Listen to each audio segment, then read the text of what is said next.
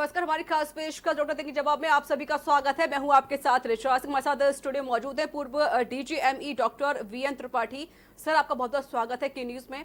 तो कॉलर्स को बता देना चाहते हैं, नंबर लगातार फ्लैश हो रहा है, आप हमें कॉल कर सकते हैं। आपको कोई सवाल है हेल्थ को लेकर तो आप हमें कॉल कर सकते हैं। और डॉक्टर, जिस तरीके से जो कोरोना वायरस लगातार फैलता जा रहा है, इंडिया में जो इसका आंकड़ा है वो 56,000 के पार भी हो चुका है, तो इसको लेकर हम और क्या कुछ सावधानी बरत सकते हैं? मैडम, इससे एक तो ये है कि घबराएं बिल्कुल नहीं। जो हम जनवरी में और फरवरी में शुरू किया था कहना, कतई ना घबराएं, लेकिन सावधानी और अधिक बरतें। और वही बेसिक सावधानी है, वही कम से कम घर से निकलें, फेस कवर करके रखें, मास्क पहने, हाथों को बिना ज़रूरत के ही बार बार धोते रहें 20 से 25 सेकंड तक। किसी रिश्तेदार को ना बुलाएं, ना उसके यहाँ जाएं, और अलर्ट रहें। और घर में अगर किसी को तेज बुखार के साथ जुकाम, खांसी और सांस लेने में दिक्कत और कमजोरी है तो तुरंत डॉक्टर को दिखाएं। सरकारी अस्पताल खुले हुए हैं कोविड केयर के, वहां जाके दिखाएं। कानपुर में तो हेलट और काशीराम जो हॉस्पिटल है वहां पे हैं। हर जिले के जिला अस्पताल में ये सुविधा है जी। और खास करके जो वरिष्ठ लोग हैं, यानी कि 50-55 साल से ऊपर के या किसी बीमारी से पीड़ित हैं, जैसे कि खांसी है, एस्थमा है, ब्लड प्रेशर है, शुगर या डायबिटीज़ की बीमारी है, या गुर्दे की या किडनी की कोई बीमारी है, लीवर की कोई बीमारी है, या छोटे बच्चे, इनको बिल्कुल सावधानी पूर्वक रखना है। और किसी को अगर जुकाम, खांसी, बुखार घर में होता तो तुरंत वो मास्क का प्रयोग करे। डॉक्टर, जिस तरीके से जो मौसम में बदलाव हो रहा है, तो इसको अगर कोई घर में बीमार पड़ जाता है तो हम क्या कर सकते हैं उसके लिए? मौसम बदल रहा, बिल्कुल आप सही कह रही है। और दूसरा, उसकी वजह से भी नॉन कोरोना, यानी कोरोना नहीं है तब भी जुकाम हो रहा है, तो उससे घबराए ना। कोरोना और नॉन कोरोना वायरल जो इन्फेक्शन होता है उसमें बड़ा मोटा मोटा सा फर्क है।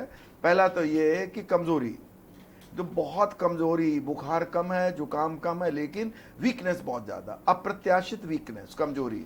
दूसरा खांसी। तीसरा सांस लेने में दिक्कत। अगर ये लक्षण हैं और 3 से 4 दिन हो गए हैं, ठीक नहीं हो रहे हैं, और तो तुरंत सरकारी डॉक्टर को दिखाएं अस्पतालों में जाके। और सामान्यतः जो मौसम बदलने की वजह से सीजनल फ्लू जो होता है, उसकी वजह से जो होता है उसमें इतनी कमजोरी नहीं होती है। बुखार होगा, लेकिन बुखार की वजह से आदमी बीमार अधिक नहीं होगा, वो चलता फिरता रहेगा, अपना काम करेगा। लेकिन मास्क तुरंत पहने, कैसा भी जुकाम हो, कैसा भी फ्लू हो, मास्क पहने, आइसोलेट रखें। और अगर ये ज़्यादा तकलीफ दे हो तो तुरंत सरकारी डॉक्टर को दिखाएं। डॉक्टर, ये जो कोरोना वायरस लगातार फैलता जा रहा है, पूरे इंडिया में भी काफी ज्यादा इसका आंकड़ा भी पार हो चुका है, इतनी कुछ सुविधाएं की जा रही, सरकार पूरी कोशिश कर रही है कि इसको कैसे खात्मा किया जाए कोरोना वायरस का। इतनी जो वेंटिलेटर हर जगह दे दिए गए हैं, आइसोलेशन वार्ड बना दिए गए हैं, क्वारंटीन सेंटर बना दिए गए हैं, आखिरकार इतनी चूक कहाँ पर हो रही है? क्यों हम इसको रोक नहीं पा रहे? बिल्कुल ऋचा, आपने बिल्कुल सही कहा है कि एक तो ये है कि हमारे टेस्ट बढ़ रहे हैं। मैं दर्शकों को बता दें, जो शुरुआत हुई थी कोरोना की हमारे देश में, तो शुरुआत में टेस्ट की फैसिलिटीज़ मुश्किल से 3 या 4 लैब थी पूरे देश में। अब 300 से ऊपर जो लेबोरेटरी हैं जहां कोरोना टेस्ट हो रहे हैं, वो मेडिकल लैब भी हैं, नॉन मेडिकल भी है, वेटनरी भी है, साइंस के, वो हम ज़्यादा टेस्ट कर रहे हैं अब।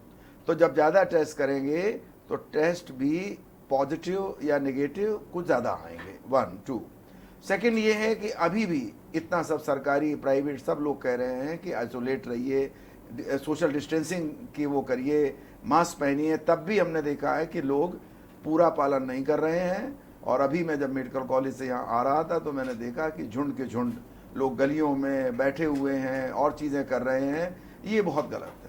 यानी केस जो बढ़ रहे हैं, कहीं ना कहीं वो जनता की इसमें गलती है। हमारे साथ एक कॉलर जुड़े हुए हैं, ऋषभ है कानपुर से। ऋषभ जी, सवाल पूछिए। डॉक्टर साहब नमस्ते। नमस्ते डॉक्टर साहब, ये कह रहे थे कि कोरोना वायरस कैसे फैलता है, मतलब आदमी पे, जैसे किसी चीज को टच कर ले तो उससे फैलता है, कैसे फैलता है? ऋषभ जी, आप थोड़ा वॉल्यूम कम करके ये कहना चाह रही है कि जो कोरोना वायरस आखिरकार कैसे फैलता है? बारिश में क्या? नहीं, कोरोना वायरस कैसे फैलता है? अच्छा, हाँ, कोरोना वायरस 2 तरह से फैलता है। एक तो छींकने खांसे से, अगर कोरोना से जो पीड़ित है या उसका कैरियर है, यानी ऊपर से लक्षण नहीं है लेकिन कोरोना के अंदर वायरस उसमें है, उस व्यक्ति में नहीं है लेकिन वो फैला सकता है, इसको कहते हैं हेल्दी कैरियर।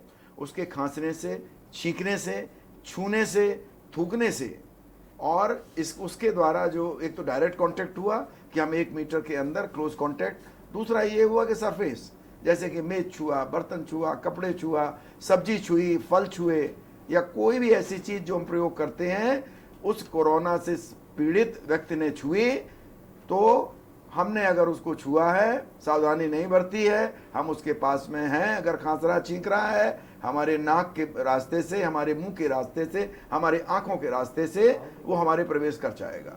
तो मोटा मोटा है कि खांसने छींकने से तथा सरफेस से, धरातल कहीं भी कोई चीज, गिलास को भी अगर किसी कोरोना से पीड़ित व्यक्ति ने छुआ है, उसने पानी पिया है, यूज किया है, कपड़े हैं, सब्जी के थैले हैं, प्लास्टिक है, कोई भी चीज है और उससे अगर हम कांटेक्ट में आते हैं तो किसी भी व्यक्ति को कोरोना फैल सकता है। डॉक्टर, जिस तरीके की जो खबरें आ रही हैं और इस रिपोर्ट में जो बताया गया था कि 80% लोग ऐसे हैं जिनको के अंदर कोई लक्षण नहीं था, लेकिन उन्होंने फिर भी जब रिपोर्ट चेक की गई तो कोरोना पॉजिटिव पाया गया। आखिर ऐसा क्यों? बिल्कुल ऋचा, ये वायरल इन्फेक्शन है और इसमें क्या होता है कि 75 से 80% लोगों में या तो कोई लक्षण नहीं होते हैं या बहुत हल्के लक्षण होते हैं और अक्सर दर्शक या कोई व्यक्ति है जो जिसको है वो इसको इग्नोर करता है। और जो 15 से 20% हैं उसमें भी करीब 15% हैं जिनको भर्ती की जरूरत पड़ती है और 5% करीब हैं, 5 से 6% जिनको वेंटिलेटरी केयर और बड़ी गहन आईसीयू केयर यानी कि बिल्कुल जबरदस्त आईसीयू केयर की जरूरत पड़ती है और 3 से 4% के बीच में ऐसे मरीजों की, ऐसे रोगियों की मृत्यु भी हो जाती है। तो जो 75 से 80% लोग हैं जिनको कोरोना हुआ है लेकिन लक्षण या तो कम है या नहीं है, लेकिन खतरनाक स्थिति है कि वो भी फैला सकते हैं। तो हमें अपने प्रिकॉशन तो सोशल डिस्टेंसिंग के हैं, फेस कवर करना है, हाथों को बार बार साबुन से धोना है बिना कारण के, बिना जरूरत के, बेहिसाब बेवक्त कहते हैं हम तो वो हाथ धोते रहें और इसके बाद सब्जी, अखबार, बाजार ये सब छूने के बाद और बाहरी व्यक्ति जो भी सामान आता है कम से कम जाएं, एक ही बार में पूरा सामान ले आएं और लाएं तो उसको प्रॉपर नमक के पानी में धोएं, सब्जी 10 मिनट तक रख दें, अपने हाथों को साबुन दें, जूते बाहर उतार के रख दें, उनको सैनिटाइज करें और कपड़े अपने बाहर वहीं उतार के और तुरंत नहा लें अगर बाहर गए हैं। मैंने फिर कह रहा हूं कि प्रिकॉशन प्रिकॉशन प्रिकॉशन, माननीय प्रधानमंत्री जी बार बार कह रहे हैं हमें सावधानी रखनी है, हमें अलर्ट रहना है, हमें डरना नहीं है, लेकिन हमें पूरी सावधानी रखनी है जिसके के कारण ये जानलेवा बीमारी और खतरनाक ना हो जाए। हमारे साथ कॉलर जुड़े हुए हैं, राजन है बदायूं से। राजन जी सवाल पूछिए। हेलो हेलो, सवाल पूछिए। डॉक्टर साहब, ये कोरोना कब तक खत्म होगा? नमस्ते। डॉक्टर ये कह रहे हैं कि कोरोना वायरस से कब तक खत्म होगा? ये प्रश्न तो बहुत कठिन प्रश्न है, शायद इसका उत्तर तो शायद कोई नहीं दे सकता है, लेकिन इसकी विभीषिका जैसा कि विभिन्न डाटा आए सिंगापुर से, ऑस्ट्रेलिया से, WHO से कि अभी करीब करीब 2-3 महीने इसका प्रकोप रहेगा और पीक जो है मई एंड और जून के बिगिनिंग में इसकी पीक आएगी और धीरे धीरे ये कम होगा, लेकिन खत्म नहीं होगा। उसका उदाहरण जैसे स्वाइन फ्लू है, स्वाइन फ्लू आज भी नहीं खत्म हुआ, ठीक है ना। तो इस तरह से इसका विभीषिका कम हो जाएगी और ये भी 2-3 साल तक, जब तक इसकी अच्छी वैक्सीन कोई डेवलप नहीं होगी और जब समाज में इन्फेक्शन 75 से 80% सब क्लिनिकल हो जाएगा, यानी कि वो उनको बीमारी नहीं होगी और इन्फेक्शन होगी, उनके शरीर में हर्ड इम्यूनिटी पैदा हो जाएगी। हर्ड इसको कहते हैं ना, रोगों से लड़ने की क्षमता जो समूह में पैदा हो जाती है। और हमें सोशल डिस्टेंसिंग का जो प्रिकॉशंस हैं ये अभी साल, 2 साल, 4 साल हमेशा लेने ही पड़ेंगे। ये एकदम नहीं खत्म होगी, इसकी विभीषिका कम हो जाएगी, इसका जोर कम हो जाएगा, लेकिन ये स्पोरेडिक फुटकर रूप में, एंडेमिक रूप में होती रहेगी। जी डॉक्टर, जिस तरीके से जब ये आपने कहा कि पहले जो लक्षण थे दिखाई दिया करते थे, लेकिन अब जो पेशेंट आ रहे हैं उनके लक्षण नहीं दिखाई देते हैं, तो आखिरकार हम कैसी पहचान कर सकते हैं सामने वाले के अंदर कोरोना वायरस है या फिर नहीं है? एक तो ये कि जिन लोगों को पहले से ही कुछ बीमारियां हैं, या जैसे वरिष्ठ हैं, सपोज 50-60 साल से ऊपर के हैं, या उनको diabetes, blood pressure, chronic liver की बीमारी या किडनी की बीमारी इत्यादि है, या श्वास के रोगी हैं, अस्थमा के रोगी हैं, तो इन लोगों में क्या है कि थोड़े से भी लक्षण अगर जुकाम के, खांसी के या कमजोरी या सांस लेने के हैं, बुखार के साथ साथ जुकाम, खांसी और सांस लेने में दिक्कत है, तो ऐसे समझिए कोरोना हो सकता है।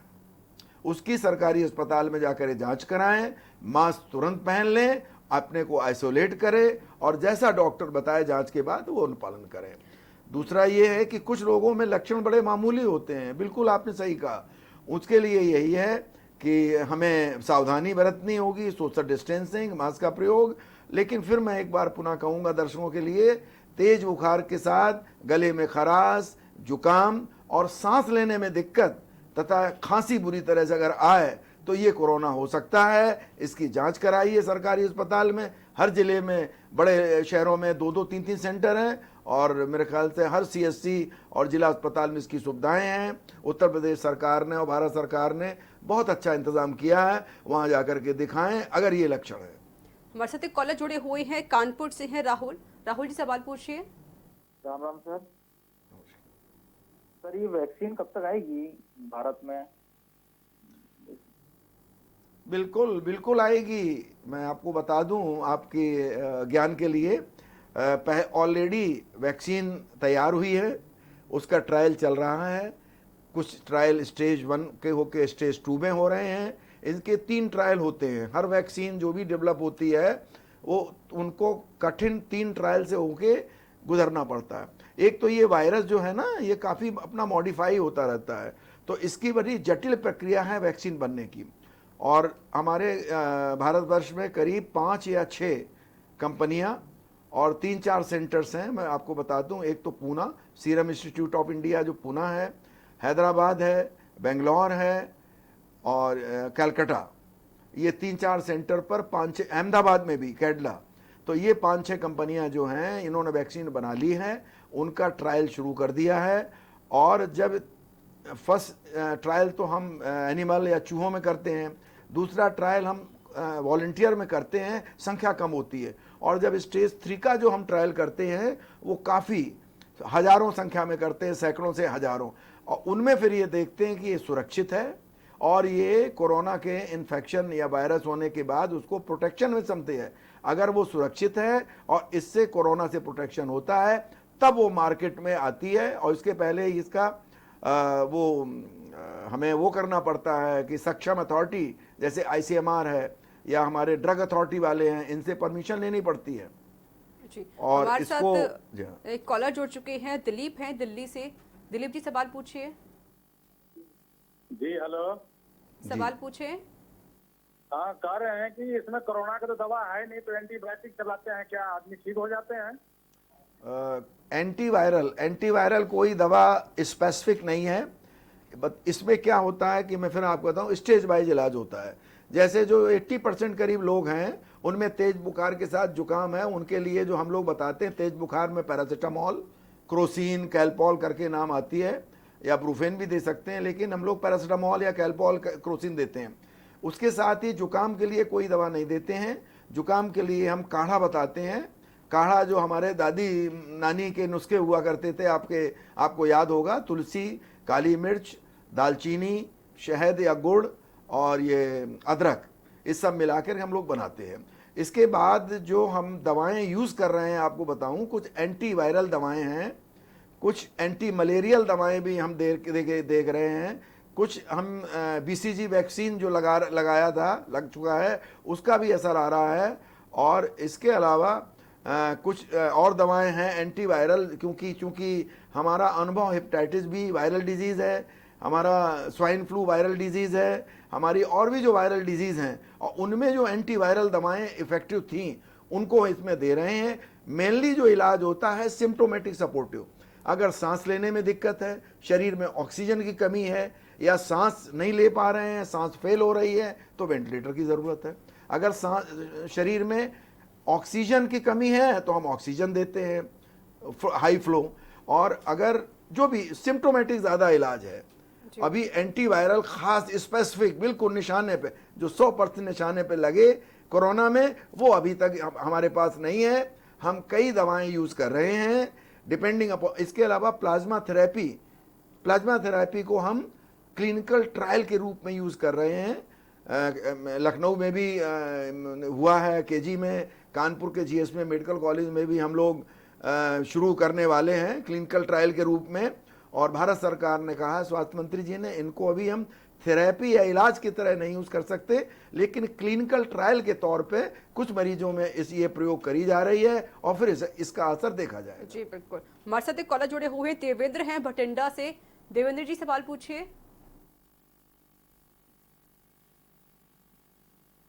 देवेंद्र जी सवाल पूछिए। लगता है संपर्क टूट गया। हमारे साथ एक कॉलर जुड़े हुए अंशु है कानपुर से। अंशु जी सवाल पूछिए। यस मैम, मैं ये कह रहा हूँ। Hello sir. जी हेलो। हाँ डॉक्टर साहब, ये कह रहे हैं जो मतलब जैसे यंग पर्सन है सर, तो जैसे यंग पर्सन है उनके अंदर कोरोना के लक्षण नहीं दिख रहे हैं, तो क्या वो अचानक से मर जाते हैं या उनमें कोई लक्षण दिखने के बाद ही मरते हैं? जैसे कुछ बच्चों में देखा गया कि पहले मर गए हैं और उनके बाद उनमें कोरोना पॉजिटिव की रिपोर्ट आई है, तो क्या वो उनमें लक्षण दिखने से पहले ही खत्म हो जाते हैं या वो बचे रहते हैं? अंशु, बहुत अच्छा प्रश्न है। इसको मेरे ख्याल से सबको जानकारी होनी चाहिए।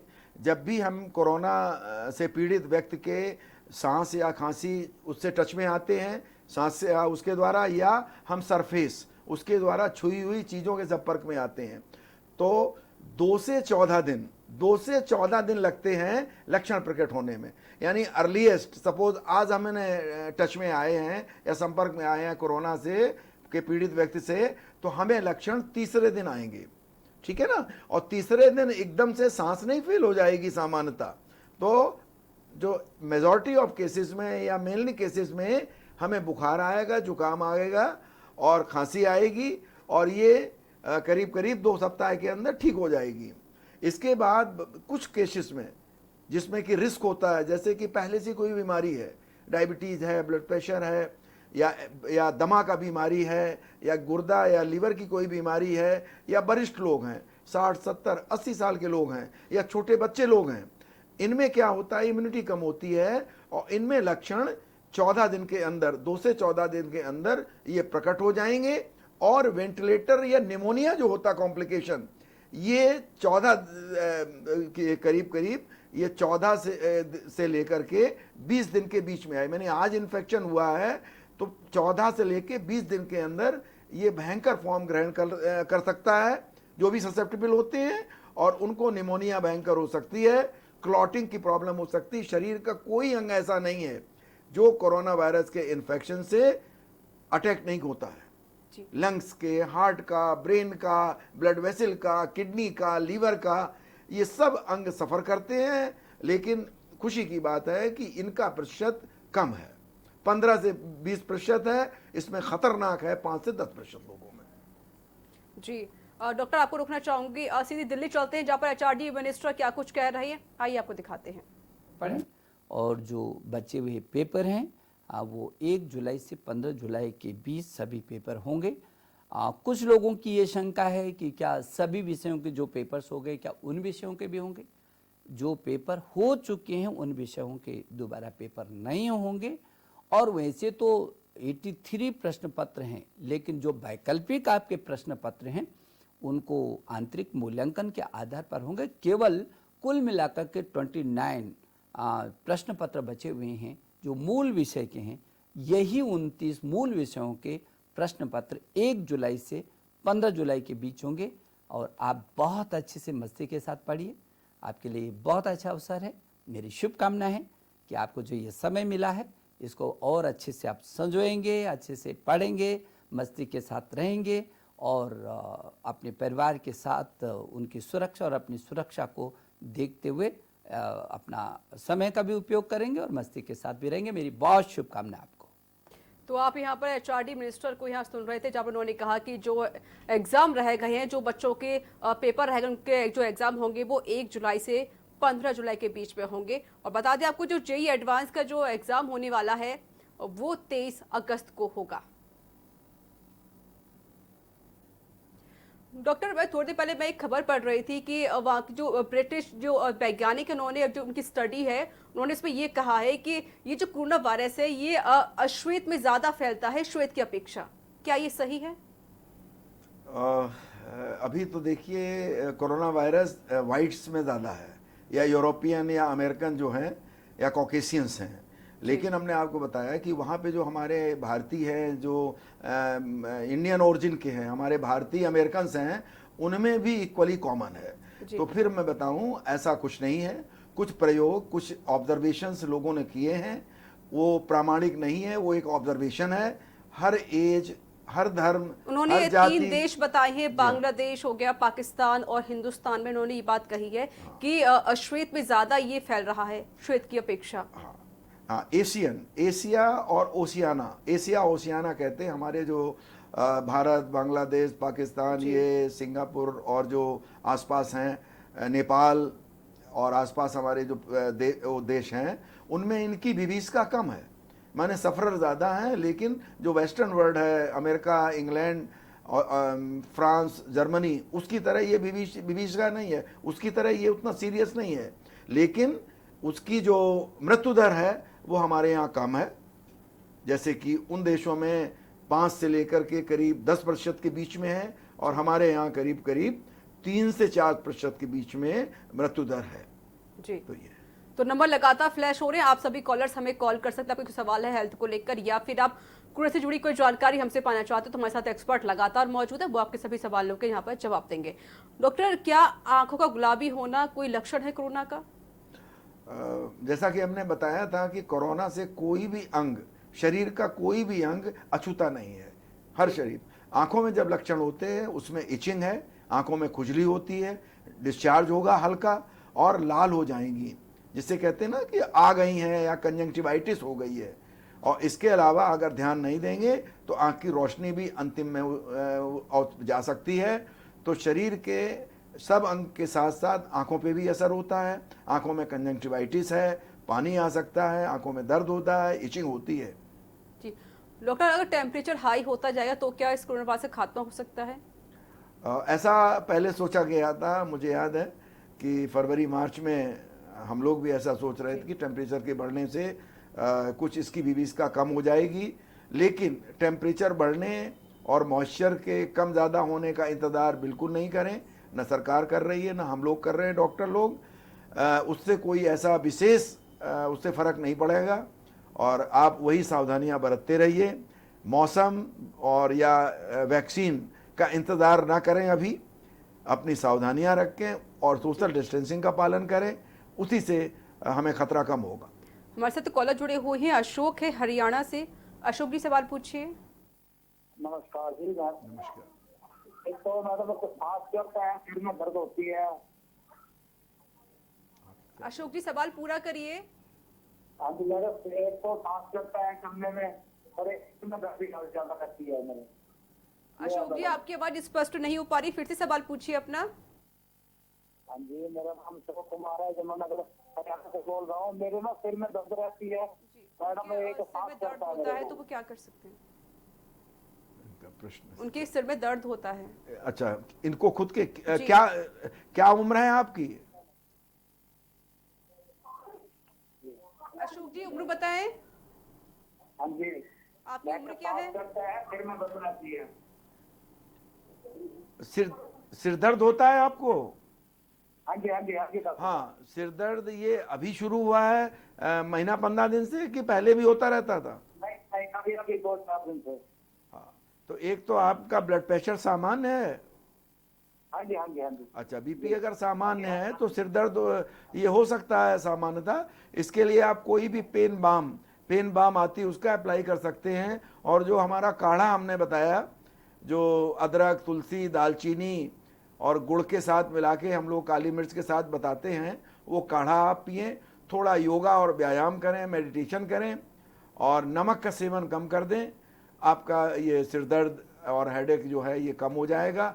अगर ये कभी बढ़े, इसके साथ ही उल्टी आए, चक्कर आए, तो आप डॉक्टर को दिखाना पड़ेगा। अदरवाइज ये ठीक हो जाएगा। ये ऐसा लगता है ये टेंशन हेडेक है आपको।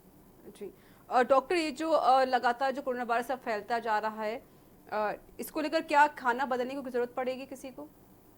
क्या चीज? खाना बदलने की कोई जरूरत है इस पे कोरोना वायरस में? खाना बदलने, क्या सादा खाना खाएं? मैं तो हमेशा एक मोटा मोटा दर्शकों को समझ लें, जो हमारे पिताजी या दादा नाना खाते थे यंग जनरेशन के, वो खाना बहुत बढ़िया है। हमेशा वो ताज़ा खाना खाते थे, बासी खाना नहीं खाते थे। दूसरा, मोटा अनाज खाते थे, ताज़ा खाते थे, सब्जियां खाते थे और मेहनत करके खाते थे, यानी शारीरिक श्रम करते थे। और ख़ासकर प्रोटीन जो भी दाल में हमें मिलती है, दालों में, मूंगफली में और मिलती है।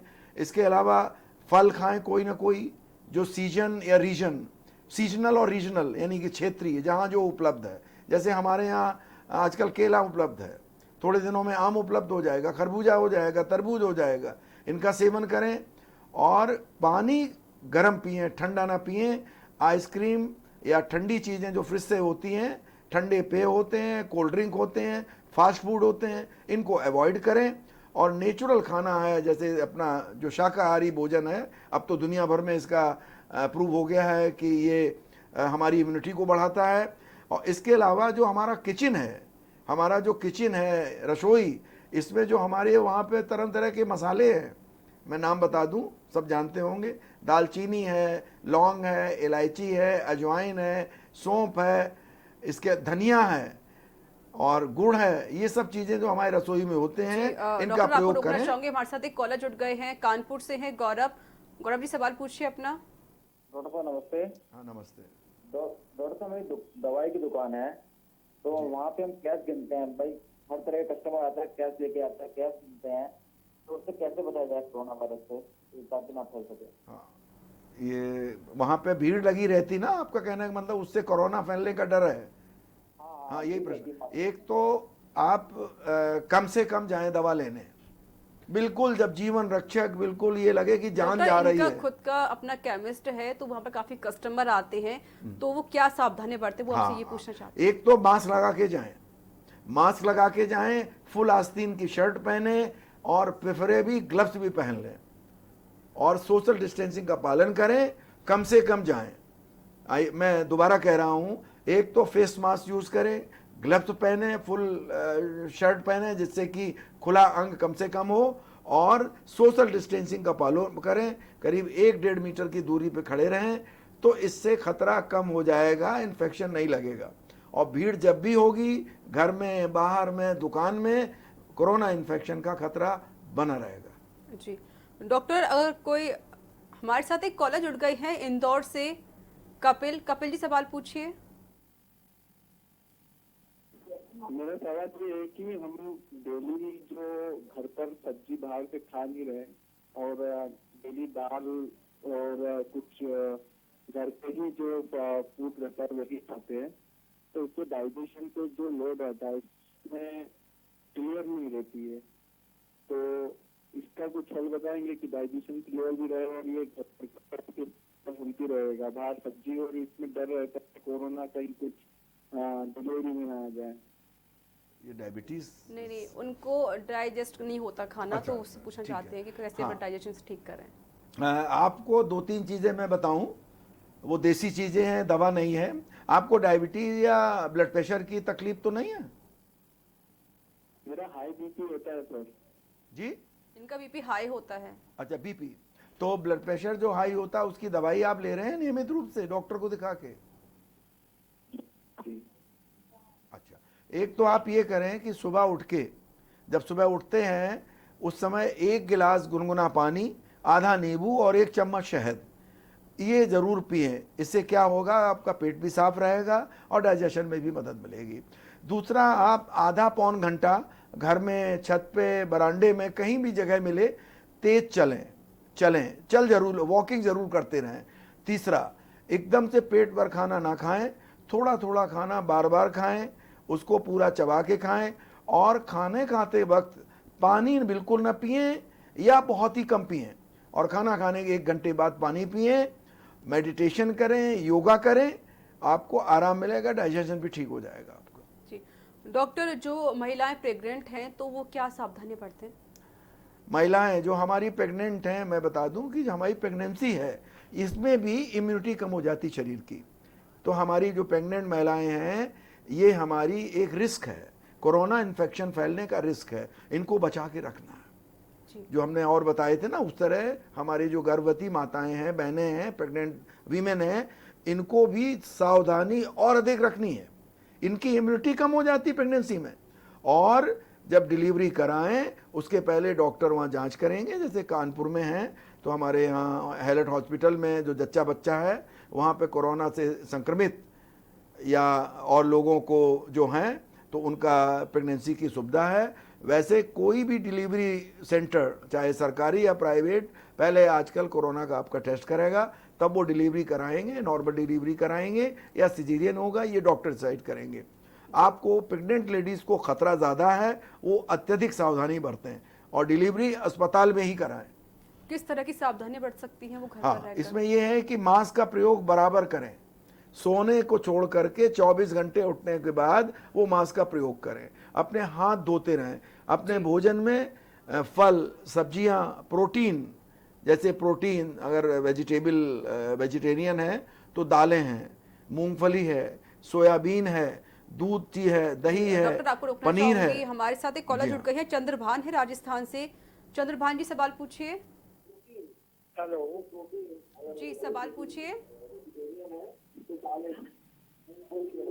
चंद्रभान जी पहले टीवी का वॉल्यूम कम करिए, फिर सवाल पूछिए।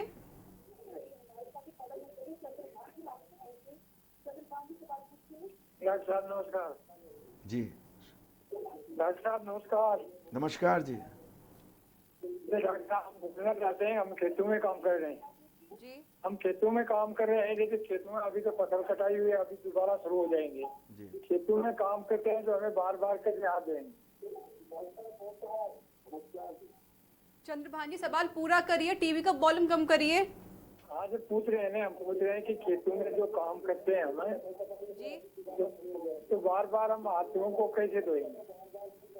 वो कह रहे हैं वो एक किसान हैं और खेतों में बार बार काम करते हैं, फसलें भी अब फिर से उगाना शुरू हो जाएंगी, तो वो क्या सावधानियां बरतें और हाथों कैसे बार बार वो वॉश कर सकते हैं?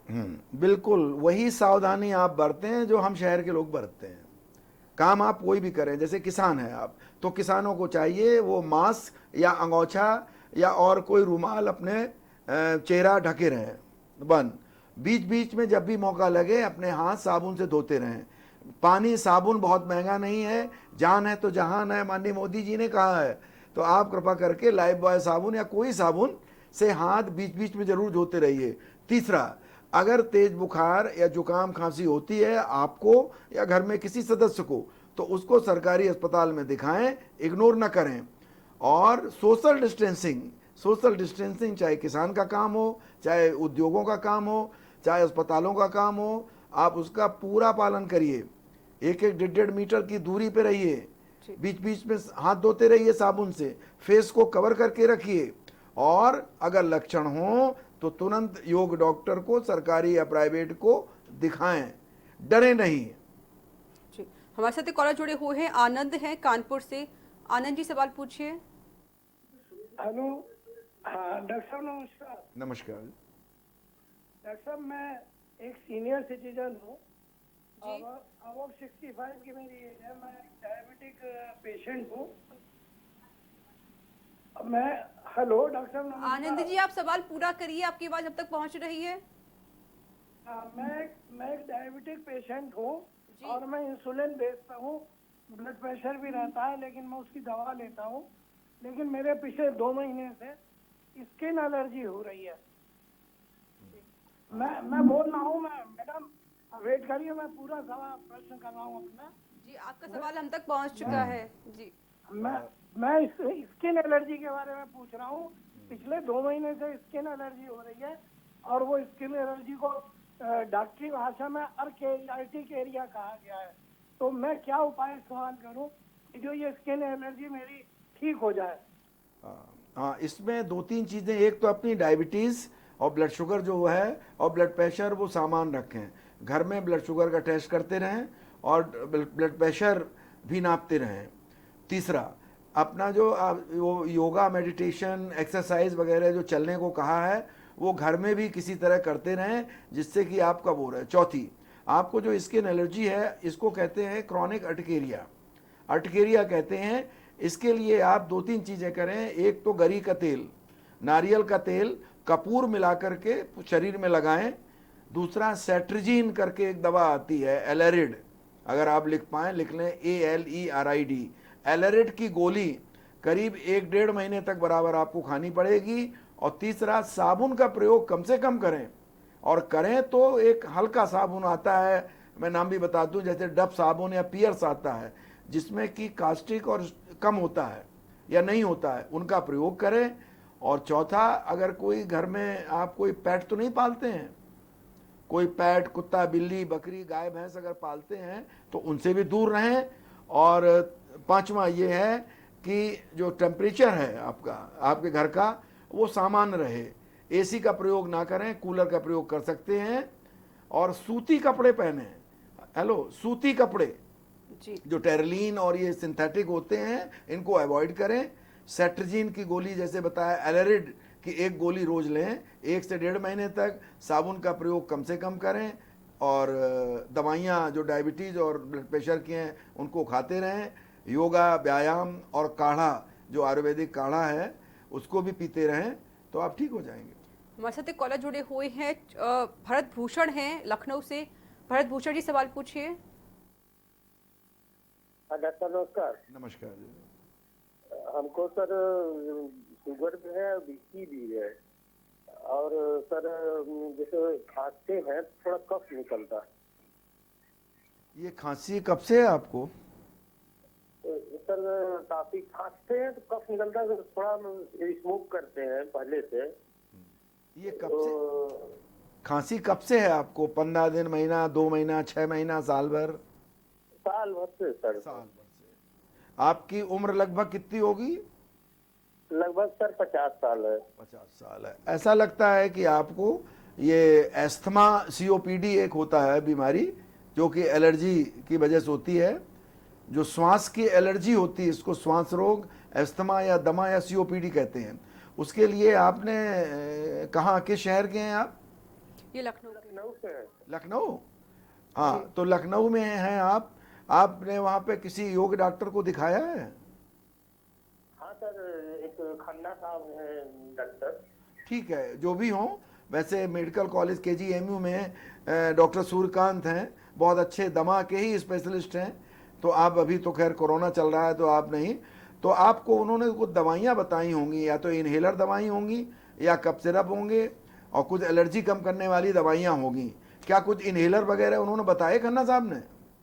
नहीं सर, इनहेलर तो नहीं दिया है, वो कफ सिरप दिया था, लेकिन जैसे सुबह सो के उठते हैं तो कफ ज्यादा निकलता है। हाँ, यही आपके लक्षण बिल्कुल COPD के हैं, जिसको कि हम लोग दमा भी कहते हैं सामान्य भाषा में।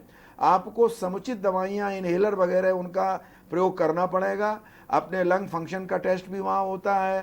तो अभी तो आप कफ सिरप जो ले रहे हैं, एस्थाइलिन सिरप या जो भी, वो करें, प्राणायाम करें, मेडिटेशन करें, और एलर्जिक चीज़ें जैसे हैं घर ही में रहें, धूल धुआं मौसम से परहेज करें। और इसके बाद जैसे ही ये लॉकडाउन खुलता है, आप किसी भी सरकारी या प्राइवेट जो दमा स्पेशलिस्ट या श्वास रोग वाले पल्मोलॉजिस्ट होते हैं, उनको जाके दिखाएं, तब प्रॉपर अपना इलाज करें, तो इसमें आपको आराम हो जाएगा। और नहीं तो ये बढ़ सकता है। और दूसरा, आपको कोरोना इन्फेक्शन का खतरा, जिसको भी ये दमा या खांसी पहले से होती है, उनको ज़्यादा होता है। तो मास्क बराबर, अच्छा सा मास्क N95 आप प्रयोग करते रहें, अपने हाथ धोते रहें बिना किसी ज़रूरत के, और सावधानी रहें, अलर्ट रखें। आप इस तरह के जो रोगी होते हैं दमा के, इनको कोरोना इन्फेक्शन का खतरा ज़्यादा होता है। डरे नहीं, मैं आपको डरा नहीं रहा हूँ, आपको सचेत कर रहा हूँ। हमारे साथ कॉलर जुड़े हुए हैं, दिलीप है लखनऊ से। दिलीप जी, सवाल पूछिए। नमस्ते डॉक्टर साहब, मैं दिलीप कुमार सिंह लखनऊ से बोल रहा हूँ। जी, सवाल जी पूछिए। जी। सर एक्चुअली मुझे साइनसाइटिस की प्रॉब्लम रहती थी सर, का बचपन में ही, और काफी सालों से एजिथ्रोमाइसिन और सिट्राजिन वगैरह लेते रहते हैं तो रिलीफ हो जाता है। मगर अब इस समय चूंकि कोरोना का माहौल है और एजिथ्रोमाइसिन से बॉडी रेसिस्टेंट हो गई है, तो कोई एंटीबायोटिक उतना काम नहीं करता है। अब इसमें डर ये लगता है कि बाई चांस अगर इस तरह कुछ होता है तो हमारे लिए क्या स्कोप है, कैसे बचाव करेंगे? आपको डायबिटीज है? नहीं नहीं सर, डायबिटीज और ब्लड प्रेशर वगैरह कुछ नहीं है, साइनसाइटिस है। उससे जो है गले में चोट हो जाता है, शोर वगैरह हो जाता है, और फिर वही खांसी बुखार। उम्र क्या है उसकी? सर 43। 43। आपको भी जैसे पिछले दर्शक जी थे उसी तरह आपको भी सीओपीडी या अस्थमा का वो लग रहा है जो एलर्जी की वजह से होता है। इसका भी समुचित इलाज होता है, ये टेम्परेरी अस्थाई कफ सिरप या उससे नहीं होगा। आप प्रॉपर अपनी जांच कराएं और उसके लिए समुचित इनहेलर दवाएं आजकल आ गई हैं, बहुत ही लेटेस्ट, जिनके दुष्परिणाम भी कम होते हैं, उनका समुचित प्रयोग होगा, तब आपका ये जो खांसी है ये नियंत्रण में रहेगी। और ऐसे तो कफ सिरप तो मैं बता सकता हूं, लेकिन उससे 2-4 दिन 5 दिन के लिए आराम मिल जाएगा। आप जहां भी रहते हैं, जिस शहर में कहाँ रहते हैं? ये लखनऊ रहते हैं। लखनऊ में तो बहुत अच्छे सेंटर हैं। केजीएमयू में बहुत अच्छा चेस्ट पल्मोनरी विभाग है, वहाँ आप दिखा सकते हैं। और तब तक जो भी इनहेलर दवाएं हैं वो काफ़ी समय तक, साल 6 महीने तक आपको नियमित रूप से लेनी पड़ेंगी, ठीक है ना। कुछ तुरंत लाभ के लिए होती हैं, कुछ उनका बचाव करेंगी एलर्जी का, उससे आप बिल्कुल नियंत्रण में रहेंगे, खांसी भी नहीं आएगी, स्वास्थ्य भी ठीक रहेगा। आप अलर्ट रहिए, सचेत रहिए। हमारे साथ कॉलर जुड़े हुए हैं, राजीव हैं बरेली से। राजीव भी सवाल पूछिए। हेलो जी सवाल पूछिए। हाँ मैडम, ऐसा है कि ऐसे तो मैं सही हूँ, फिट हूँ, कोई परेशानी नहीं है, पर थोड़ा सा मेरा पीठ में दर्द रहता है और थोड़ा सी हल्की सी हरारत सी रहती है। टेम्परेचर रहता है 96, 96.5। हाँ, आपको बुखार नहीं है। उनके पीठ पे नॉर्मल दर्द जो रहता है। दर्शकों को बता दें कि टेम्परेचर बुखार कब कहते हैं, ये 98 से 99, 99.5 तक। अगर 98, 99 के बीच में है तो ये नॉर्मल टेम्परेचर है। और आपने 96, 97 बताया, एकदम आपको बुखार नहीं है। फिर आपने बताया पीठ में दर्द है। आपकी उम्र लगभग कितनी है? 62। 62। हाँ 62 है, कोई दिक्कत नहीं है। आप अभी भी योग करेंगे, व्यायाम करेंगे, आगे झुकना कम कर देंगे।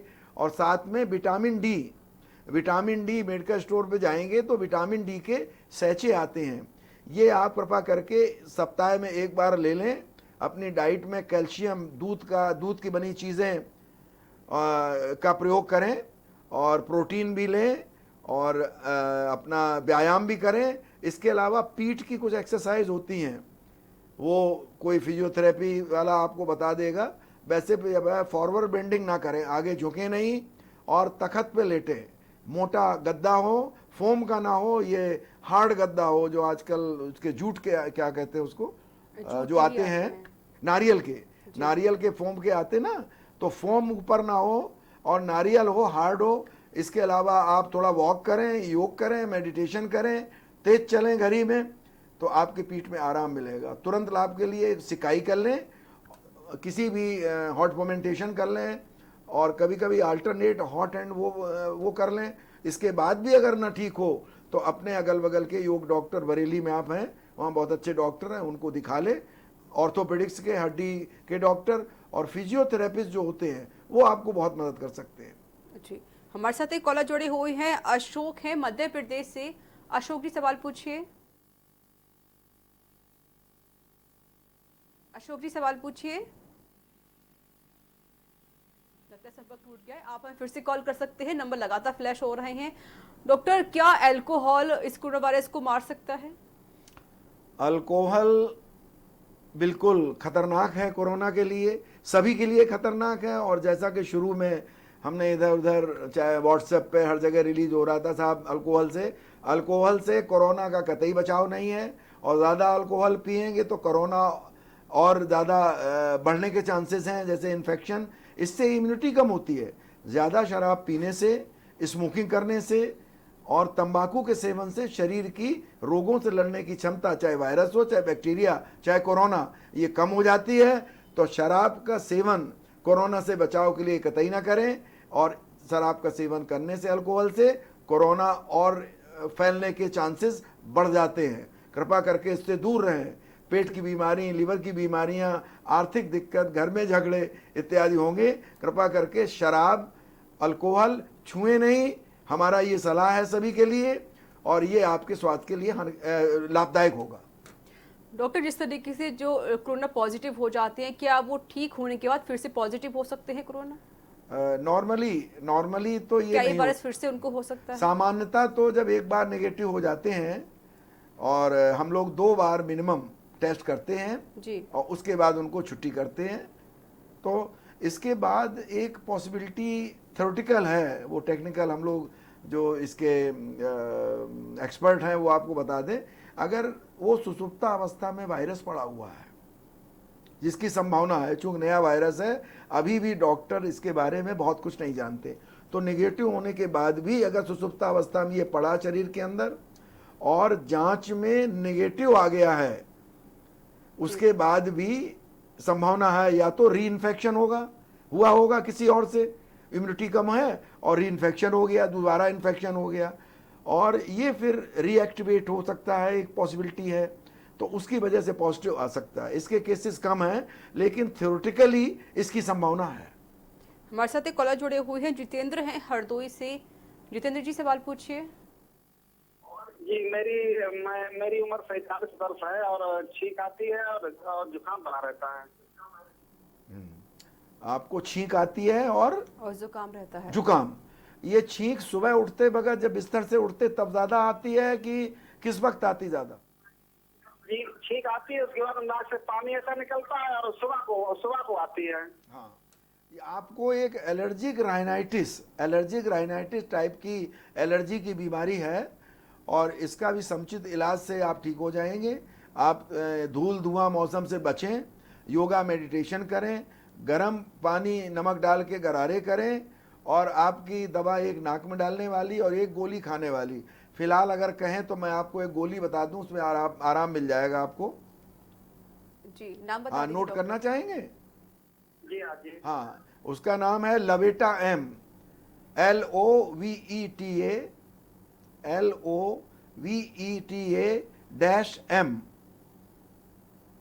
M for Mumbai. ये गोली आप एक सुबह ले लिया करिए और करीब 2 से 3 महीने तक इसका प्रयोग करिए। और एक नेजल स्प्रे होता है, वो तभी हम लिखेंगे जब आपको चेक करेंगे, तो आप वहाँ पर अपने किसी डॉक्टर को, अच्छे फिजिशियन को दिखा लीजिएगा, वो आपको एक नेजल स्प्रे भी आता है, वो किया जाता है। तीसरा, जिस चीज़ से एलर्जी है उसको अवॉइड करें। अगर मुझे मान लो परागकण या किसी बाग गार्डन या फूलों में जाने से होती है, तो धुआं में होती है या किसी पर्टिकुलर उसमें होती है, तो उसको अवॉइड करें। लवेटा M गोली है, इसका प्रयोग करें करीब 3 महीने। और एक नेजल स्प्रे आता है जो एलर्जी कम करता है, नाक की और अपर रेस्पिरेटरी की। आपको एलर्जिक राइनाइटिस टाइप का मुझे लगता है सिम्टम, तो इसका समुचित दवाई लेने से आपको आराम मिल जाएगा, आपका ये नियंत्रित बना रहेगा। ठीक, हमारे साथ एक कॉलर जुड़े हुए ऋषभ हैं कानपुर से। ऋषभ जी सवाल पूछिए। हेलो डॉक्टर, नमस्ते। नमस्ते। डॉक्टर साहब, मेरी 6 साल की बेटी है, वो जो पॉटी आती है ना तो चिल्लाती है, रोती है बहुत, तो उसे क्या करें कि वो ना रोए? ये जो बेटी आपकी है, इसको कॉन्स्टिपेशन तो नहीं रहता? हार्ड स्टूल तो नहीं है? बहुत हार्ड? नहीं, हल्के कभी कभार हार्ड स्टोन आते हैं कभी कभार। इसको दर्द होता है जब ये पॉटी करती है? रोती है। हाँ, रोती है। हाँ, तो ये ऐसा करें, आप इसको दूध थोड़ा कम कर दें, और दाल की उम्र कितनी इसकी, एज कितनी है बिटिया की? 2.5 साल। जी 2.5 साल। हाँ 2.5 साल की। जी हाँ। तो आप इसको एक तो ये खाना दें, ज़्यादा दूध या दूध की बनी चीज़ें कम दें, इसको दाल चावल रोटी सब्जी फल इत्यादि ज़्यादा दें। और इसको भी सुबह उठ के अगर आधा गिलास पौन गिलास गुनगुने पानी में शहद डाल के दें, या किसी तरह भी शहद दें, तो उससे फ़ायदा होगा। और भोजन का थोड़ा वो चेंज करें, दूध की मात्रा कम कर दें। और नीचे अगर पॉटी के पास इसको हार्ड स्टूल होते हैं, तो ग्लिसरीन की सपोजिटरी आती है, ग्लिसरीन की सपोजिटरी वो लगा सकते हैं, या वैसलीन लगा सकते हैं पॉटी में के उसमें, तो इसको आराम हो जाएगा। जी डॉक्टर, जिस तरीके से हमारे साथ एक कॉलर जुड़ चुके हैं, और रितेश है कानपुर से। रितेश जी सवाल पूछिए। हेलो, रितेश जी सवाल पूछिए। नमस्ते। ये कह रहे डॉक्टर साहब, 2 दिन से फीवर आ रहा है, हाथ पैर में बहुत दर्द होता है, प्राइमरी दवा खाई है। कितने दिन से बुखार आ रहा? 2 दिन हो गया, हल्का हल्का बुखार है, 2 दिन हो गया जी। हाँ, तो इसमें आप एक तो बिल्कुल अपने को अलग आराम करिए, नंबर 1। और पैरासीटामोल या क्रोसिन की टैबलेट आती है, पैरासीटामोल टैबलेट आती है 500 मिलीग्राम की, एक गोली सुबह शाम ले लें। इसके अलावा गर्म पानी में नमक डाल के गरारे करें, गरारा करें। और अगर बुखार तेज बढ़ता है, सांस लेने में दिक्कत होती है, गले में खराश बढ़ती है और टेस्ट और स्मेल की जो पावर है वो कम होती है, आप नोट कर लें, तो आप सरकारी डॉक्टर को, जैसे कानपुर में है तो हमारे हैलट में या यूएचएम में आकर के दिखा लें। वैसे सामान्यतः 3 से 5 दिन तक आप ठीक हो जाएंगे। ऐसा लगता है कि वायरल इन्फेक्शन है, कोरोना नहीं लगता है जैसा आपने बताया। पैरासीटामोल एक गोली सुबह शाम 3 दिन तक खा लें। आयुर्वेदिक काढ़ा जैसा कि बताते हैं कि दालचीनी, तुलसी, अदरक, शहद, काली मिर्च बना के कम दूध में इसकी सुबह शाम चाय पिएं, आराम करें, पैरासीटामोल खाएं, आप ठीक हो जाएंगे। जी, हमारे साथ एक कॉलर जुड़े हुए हैं कानपुर से, विवेक सवाल पूछिए।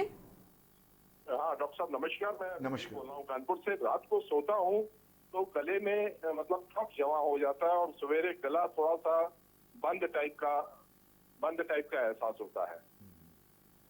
सुबह उठ के छींकें भी आती हैं?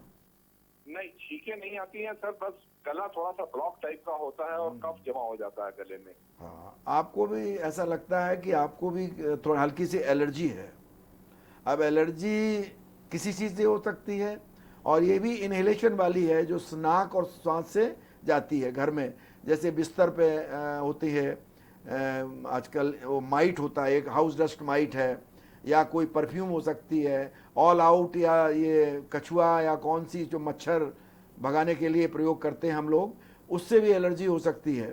तो ये देख लें ये आसपास नहीं है, खिड़की खुली रखें और ऑल आउट का प्रयोग, कछुआ छाप जो कहते हैं वो जो धुएं वाली होती हैं उनका अवॉइड करें, मच्छरदानी का प्रयोग करें, स्टीम इनहेलेशन ले लिया करें। आप सुबह शाम स्टीम इनहेलेशन ले लें, नमक के पानी का गुनगुना कर एक गरारा ले लें। और अगर इसके साथ आप ये जो अदरक का सेवन है, अदरक है, काली मिर्च है और ये तेज दालचीनी है और तुलसी है, इन सब का प्रयोग करें चाय में सुबह शाम और एलर्जी से बचें जिससे आपको लगता है। और योगा मेडिटेशन करें और व्यायाम करें, नींद पूरी लें तो ये ठीक हो जाएंगे आप। जी डॉक्टर, अभी वैक्सीन तैयार नहीं हो पाई है, अभी जो वैक्सीन का भी ट्रायल चल रहा है, तो फिर लोग ठीक कैसे हो रहे हैं जो कोरोना पॉजिटिव हैं? वैक्सीन का प्रयोग होता है बचाव में। 2 तरह की वैक्सीन होती है, एक तो ये हमारी जो वैक्सीन आ रही है ये कोरोना इन्फेक्शन के लिए तो बचाएगी अगर वैक्सीन ले ली है प्रॉपर डोजेज। अभी तो डोज के बारे में भी पता नहीं है, लेकिन संभवतः 2 या 3 डोजेज इसकी होंगी तो इसको बचाव करेंगी। और एक होता है कि ऑलरेडी जब हो जाए कोरोना इन्फेक्शन तब उसकी विभीषिका या सीरियसनेस कैसे कम करें, तो इस दोनों पे काम हो रहा है। एक तो ये कि बचाव के लिए, दूसरा ये कि हो जाए तो वो पैसिव कहते हैं एंटीबॉडीज। तो एक जो इजराइल ने कि रक्षा मंत्री ने अभी 2 दिन पहले मुझे याद है उन्होंने घोषणा करी थी कि वो मोनोक्लोनल एंटीबॉडीज करके उन्होंने वैक्सीन बना ली है और उसका ट्रायल भी शुरू कर दिया है और उसका वो भी ले लेंगे जो अथॉरिटी देती हैं तो उससे हो जाएगा। जी हमारे साथ कॉलर जुड़े हुए हैं, उमेश हैं आगरा से। उमेश जी सवाल पूछिए। हेलो, सवाल पूछिए उमेश जी। हाँ नमस्ते मैडम। नमस्ते जी। डॉक्टर नमस्ते, ये कह रहा हूँ डॉक्टर साहब मेरे जो है चेस्ट में सूजन सी है। चेस्ट में सूजन सी है। कहाँ पे सूजन? कहाँ पे? चेस्ट पर सूजन है उनके। चेस्ट में सूजन, चेस्ट में सूजन हम मैं समझ नहीं पा रहा हूँ। चेस्ट बाहर, आगे, पीछे या कहाँ आपको सूजन लग रही चेस्ट में, किस भाग में? मतलब राइट में जो है वहाँ पर सूजन टाइप की है चेस्ट में। अच्छा, आपकी उम्र लगभग कितनी है? 40 है, 40। 40। जी। तो अब स्वेलिंग क्या छूने से दर्द होता है? जहाँ स्वेलिंग है कैसी स्वेलिंग है? मतलब स्वेलिंग थी, मतलब सूजा सूजा सा लगता है एक साइड से। अच्छा अच्छा लगता है। खांसी वगैरह तो नहीं आती आपको? हेलो उमेश जी आप सुन रहे हैं? आपको खांसी तो नहीं आती है? सर दर्द होता है? हाँ, तो आप थोड़ा सा सिकाई कर लें, गर्म पानी में नमक डाल के सिकाई कर लें बोतल से या हॉट वाटर बोतल से, और थोड़ा सा व्यायाम, स्ट्रेचिंग और योगा करें आप। ठीक है ना। और थोड़ा पैदल भी चलें, थोड़ा स्ट्रेचिंग कर लें, थोड़ा एक्सरसाइज कर लें, और जिसे योग कहते हैं, आप देते बाबा जी सिखाते हैं, रामदेव जी या और भी लोग, तो आप थोड़ा सा वो करें, सिकाई करें और मसाज कर लें। गुनगुना तेल आता, कड़वा तेल, उसमें आप डाल लें नमक थोड़ा, और गुनगुने तेल से उसको हल्की जेंटल मसाज करें, सिकाई करें और योग करें, थोड़ा कसरत वसरत कर लें, आराम मिल जाएगा। जी डॉक्टर साहब, थोड़ा समय की थोड़ी कमी है हमारे पास। आपका बहुत बहुत शुक्रिया। वीएन त्रिपाठी जी, आपका बहुत बहुत शुक्रिया, आप हमारे स्टूडियो में आए और सभी कॉलर्स के जवाब दिए। और आप सभी कॉलर्स का बहुत बहुत शुक्रिया, आपने हमें कॉल किया। उम्मीद करते हैं कि आपके सभी सवालों के यहाँ पर जवाब मिले होंगे। तो इसी के साथ हमारी इस खास पेशकश में इतना ही। फिर से होगी आपसे मुलाकात। नमस्कार।